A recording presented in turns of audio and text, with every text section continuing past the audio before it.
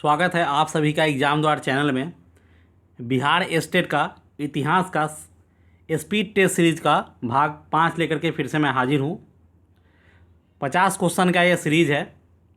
50-50 question लेके आ रहे हैं, साथ ही हम 150 क्वेश्चन का कंप्लीट सेट भी लेकर आ रहे हैं ताकि आप एग्ज़ाम में बेहतर स्कोर कर पाए। जितना ज़्यादा आप स्कोर करेंगे आपके लिए उतना ही बेहतर रहेगा ताकि आप टीचर बन सके। तो आइए शुरू करते हैं इतिहास का ये सेशन। हमारे चैनल पर अगर आप नए हैं और अभी तक सब्सक्राइब नहीं किए तो सब्सक्राइब कर लीजिए, क्योंकि आपको बेहतरीन वीडियो, क्रीम क्वेश्चंस वाले सारे वीडियो मिलने वाले हैं। जब तक आपका एग्ज़ाम है आप मैक्सिमम वीडियो 2 बार 3 बार देखिए ताकि आपका माइंड में कंठस्थ हो जाए सारे क्वेश्चन और एग्ज़ाम में आप अच्छा स्कोर कर पाए। तो स्पीड टेस्ट का भाग 5 इतिहास का लेकर के शुरू करते हैं। लेते हैं पहला क्वेश्चन। निम्नलिखित में से कौन सी भारत में फ्रेंच बस्ती नहीं है? कौन सी भारत में फ्रेंच बस्ती नहीं है निम्नलिखित में से? तो सही उत्तर है इसका गोवा। गोवा जो है फ्रेंच की बस्ती नहीं है। प्लासी की लड़ाई किनके बीच लड़ी गई थी?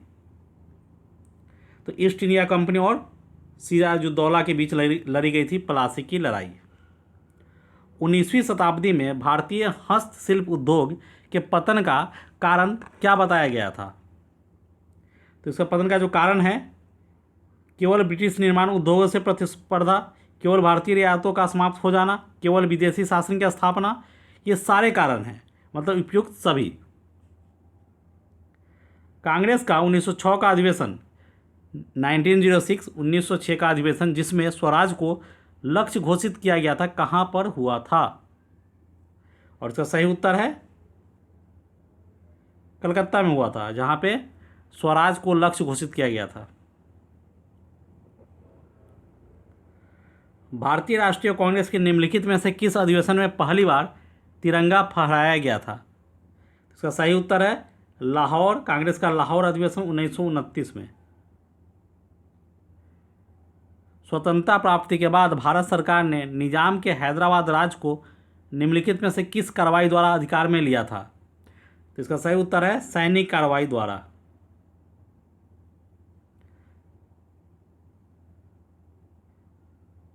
बर्मा ब्रिटिश भारत से कब अलग हो गया था? तो इसका सही उत्तर है 1935 ईस्वी में ब्रिटिश भारत से बर्मा अलग हो गया था, 1935 ईस्वी में। वाटरलू कहाँ पे है? वाटरलू जो है बेल्जियम में है। स्वामी नारायण मंदिर अक्षरधाम कहाँ स्थित है? ये गांधीनगर गुजरात में स्थित है। ईंटों के कृत्रिम गोदी या डॉकयार्ड वाला एकमात्र सिंधु स्थल कौन सा है? तो लोथल है एकमात्र सिंधु स्थल, लोथल। बौद्धों के विश्वास के अनुसार गौतम बुद्ध का अगला अवतार किसे माना जाता है? तो मैत्रेय को माना जाता है अगला अवतार। निम्नलिखित में से किसके द्वारा तृतीय बौद्ध परिषद को संरक्षण प्रदान किया गया था? तो अशोक द्वारा संरक्षण प्रदान किया गया था। हर्षवर्धन के काल में शिक्षा की सर्वश्रेष्ठ व्यवस्था निम्न में से किस स्थान पर थी? तो नालंदा में थी शिक्षा की सर्वोच्च व्यवस्था। गुप्त शासकों की सरकारी या दरबारी भाषा क्या थी? उनकी भाषा थी संस्कृत।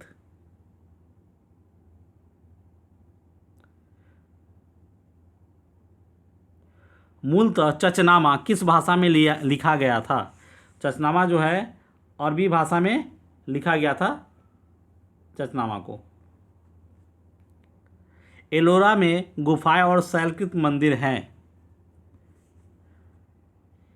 किनके हैं? तो हिंदू, बौद्ध और जैन के हैं। हिंदू, बौद्ध और जैन के हैं। एलोरा में शैलकृत जो गुफाएं और शैलकृत मंदिर हैं वो तीनों के हैं। स्वयं को दूसरा सिकंदर या सिकंदर ए सानी कहने वाला सुल्तान कौन था?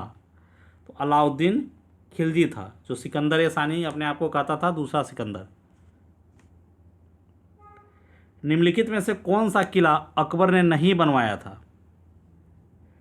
तो अकबर ने आगरा का किला बनवाया था, लाहौर का किला बनवाया था, इलाहाबाद का किला बनवाया था। ग्वालियर का किला जो है अकबर ने नहीं बनवाया था। तो सही उत्तर क्या हो जाएगा इसमें? ग्वालियर का किला। चलिए, मुगल काल के दौरान एक विदेशी यात्री भारत आया था तथा उसने एक विशेषज्ञ के रूप में तख्ते ताउत या मयूर सिंहासन का वर्णन किया है। उसका नाम क्या था? उसका नाम है ट्रेवनियर। ट्रेवनियर नाम है उसका। चलिए बढ़ते हैं आगे। अंग्रेजों ने निम्नलिखित स्थानों पर जिस क्रम में अपने व्यापार केंद्र स्थापित किए उसका सही कालक्रम आपको बताना है। चलिए, अंग्रेजों ने निम्नलिखित स्थान पर जिस क्रम में अपने व्यापार केंद्र स्थापित किए उसका सही कालक्रम है। सबसे पहले सूरत में, फिर मद्रास में, फिर बम्बई में, फिर कलकत्ता में। तो सही उत्तर है तीसरा, सूरत, मद्रास, बम्बई और कलकत्ता। चलिए, सन 1856 में डलहौजी ने अवध पर कब्जा किया था। तब नवाब कौन था? वाजिद अली शाह नवाब था। निम्नलिखित स्थानों में से किस में रैयतवारी बंदोबस्त लागू किया गया था? तो मद्रास और बम्बई पे। कांग्रेस का 1906 का अधिवेशन जिसमें स्वराज को लक्ष्य घोषित किया गया था कहाँ पर हुआ था? ये बम्बई में हुआ था, जिसमें स्वराज को लक्ष्य घोषित किया गया था। किस भारतीय राजनेता ने निम्नलिखित जादुई शब्द कहे थे? कई वर्ष पहले नियति के साथ हमारी भेंट हुई थी और अब समय आ गया है कि हम अपने वायदे को पूरा करें। तो इसका सही उत्तर है जवाहरलाल नेहरू ने कहा था। सही उत्तर है जवाहरलाल नेहरू। भारत के किस गवर्नर जनरल ने भारत में अंग्रेजी भाषा का प्रारंभिक पहल किया था? तो इसका सही उत्तर है लॉर्ड बेंटिंगटन। भारत में नालंदा विश्वविद्यालय किस राज्य में स्थित है? तो ये बिहार राज्य में है नालंदा। बिहार राज्य के नालंदा जिले में है। मोहम्मद बिन तुगलक निपुण था किसमें? दर्शन में। मृणालिनी साराभाई किस नृत्य शैली से संबंधित है? तो भारतनाट्यम से संबंधित है मृणालिनी साराभाई। अमीर खुसरो एक संगीतज्ञ था और इसके अलावा वो सूफी संत भी था, फारसी तथा हिंदी का लेखक और विद्वान भी था और इतिहासकार भी था। मतलब अमीर खुसरो सभी थे, सभी का जानकार था। चलिए बढ़ते आगे। पूर्व में पुर्तगालियों का पहला वायसराय कौन था? पुर्तगालियों का पहला फ्रांसिस्को डी अल्मेडिया था। Francisco de Almeida. आर्यों की वर्ण व्यवस्था का आधार निम्नलिखित में क्या था? तो आर्यों की वर्ण व्यवस्था का आधार निम्नलिखित में पेशा था। भूमि की पट्टेदारी की रैयतवाड़ी प्रणाली से किस स्थिति का संदर्भ है? तो रैयत वह भूस्वामी है जो अपने कब्जे की भूमि का निर्धारित लगान स्वयं ही सरकार को अदा करता है। भूमि की पट्टेदारी की रैयतवाड़ी प्रणाली से किस स्थिति का संदर्भ है? तो रैयत वह भूस्वामी है जो अपने कब्जे की भूमि का निर्धारित लगान स्वयं ही सरकार को अदा करता है। बढ़ते आगे। भारतीय राष्ट्रीय कांग्रेस का जनक किसे कहा जाता है? A.O. ह्यूम को, 1885। चलिए बढ़ते आगे। 1934 के चटगांव शास्त्रागार धावे में निम्नलिखित में से कौन एक शामिल नहीं थे? देखिए, तो कल्पना दत्त, सूरसेन और प्रीतलता वोडेटकर शामिल थे, दिनेश गुप्ता शामिल नहीं थे। सही उत्तर होगा चौथा नंबर, दिनेश गुप्ता। सोवियत संघ में भारत के प्रथम राजदूत के रूप में किसने काम किया था? विजया लक्ष्मी पंडित ने। वह राष्ट्रीय नेता कौन था जिसने अंडमान के सेलुलर जेल की दीवारों पर भारत का इतिहास लिख डाला था? तो वीर सावरकर थे वो। चलिए, यूनानी मिथक में अपोलो किसका देवता है? अपोलो चिकित्सा का देवता है।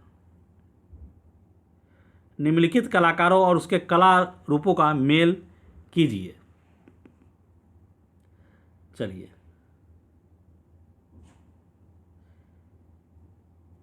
सारे ऑप्शन आ गए। अब देखिए, इसमें हम लेते हैं जतिन दास जो है वो क्या करते हैं? चित्रकारी करते हैं। जतिन दास चित्रकारी करते हैं। परवीन सुल्ताना जो है हिंदुस्तानी संगीत से संबंधित है, परवीन सुल्ताना। और प्रदोष दास गुप्ता जो है वो मूर्ति कला संबंधित है और उस्ताद विलायत खां जो है वो सितार बजाते हैं। ठीक है, चलिए तो आपको एक बार और रिपीट कर देता हूँ ताकि आपको अच्छे से याद हो जाइए। देखिए, जतिन दास जो है वो चित्रकारी करते हैं, जतिन दास। प्रवीण सुल्ताना जो है हिंदुस्तानी संगीत से संबंधित है।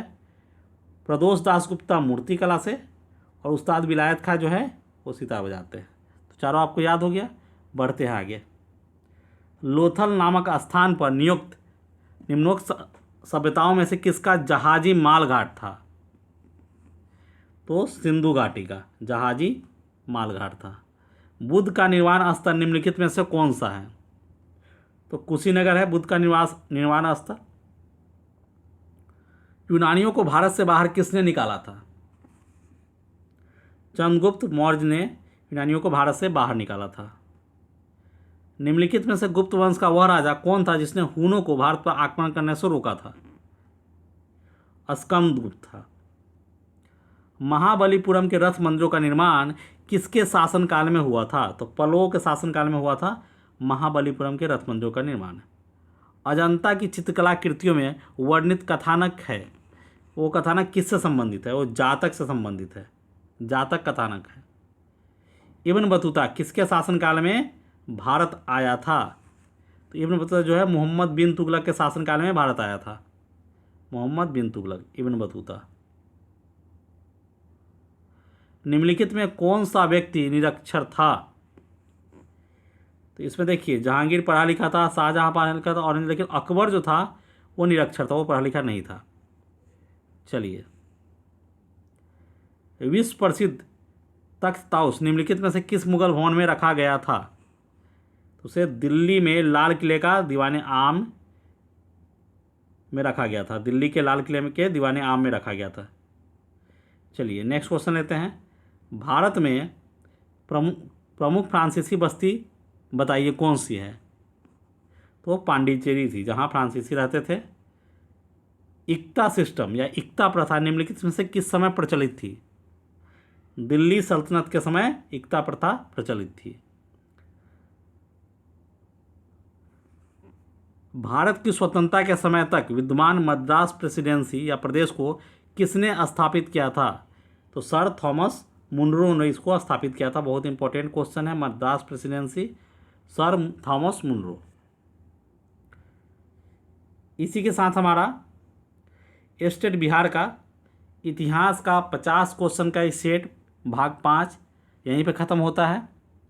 हमारे चैनल पे अगर आप नए हैं और अभी तक सब्सक्राइब नहीं किए तो सब्सक्राइब कर लीजिए।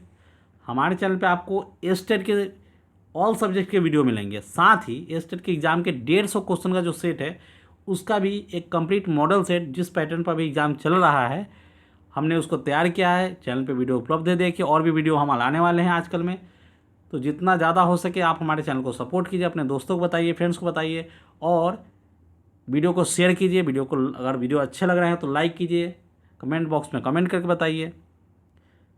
आप हमारे चैनल से जुड़ने के लिए इसी वीडियो के नीचे डिस्क्रिप्शन में जाइए, जहाँ आपको फेसबुक, इंस्टाग्राम, टेलीग्राम और व्हाट्सएप के लिंक मिल जाएंगे, जिस पर क्लिक करके आप हमारे चैनल से जुड़ सकते हैं। इसके अलावा आप सीधे गूगल पर या यूट्यूब पे एग्जाम द्वार सर्च करके भी सर्च करके हमारे चैनल पर सीधे आ सकते हैं।